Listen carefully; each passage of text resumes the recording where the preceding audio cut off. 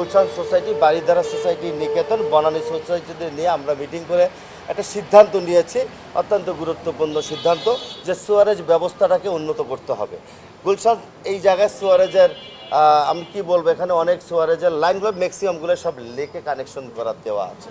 তাহলে এটা তো একদিনে আমি ঠিক করতে পারবো না, অল্টারনেটিভ একটা পদ্ধতি বেছে নিয়েছি আমরা, সেটাকে ইনশাল্লাহ আগামী খুব অল্প সময়ের মধ্যে আমরা সেই সুয়ারেজের যে ময়লাগুলো আমরা দাসের কান দিয়ে একটা ওয়াটার প্ল্যান্টিং যেখানে আমরা করব ট্রিটমেন্ট, সেখানে গিয়ে আমরা পরিবহনের মাধ্যমে আমরা সেফটি ট্যাঙ্ক থেকে এটা কালেকশন করে নিয়ে গিয়ে আমরা আপাতত সেটাকে সেই জায়গায় অপসারণ করব।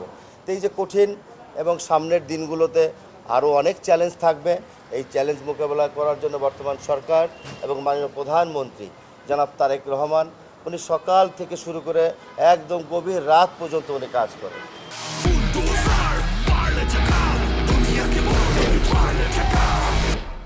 সেই কাজকে সারা বাংলাদেশের মানুষ যেমনিভাবে প্রশংসায় বিবরিত হয়েছে, তেমনিভাবে আমরা তার সহকর্মী হিসাবে বিভিন্ন জায়গায় যে দায়িত্বপ্রাপ্ত অবস্থায় আছি, আমরা তাকে অনুসরণ করে সেই কাজগুলোকে সফল করার চেষ্টা করছি।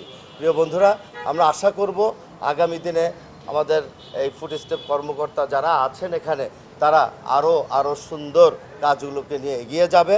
আমরা তাদের পাশে থেকে তাদেরকে সহযোগিতা করব।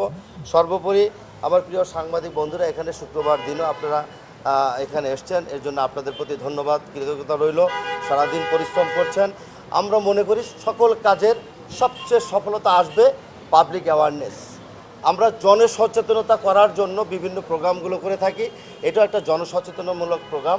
আমরা চাই সর্বস্তরের নগরবাসী ঢাকা উত্তর সিটি কর্পোরেশনে আগামী দিনে দুর্গন্ধমুক্ত আধুনিক শহর উপহার দেওয়ার জন্য আপনাদের ভূমিকায় সবচেয়ে বেশি অবলম্বী থাকবে।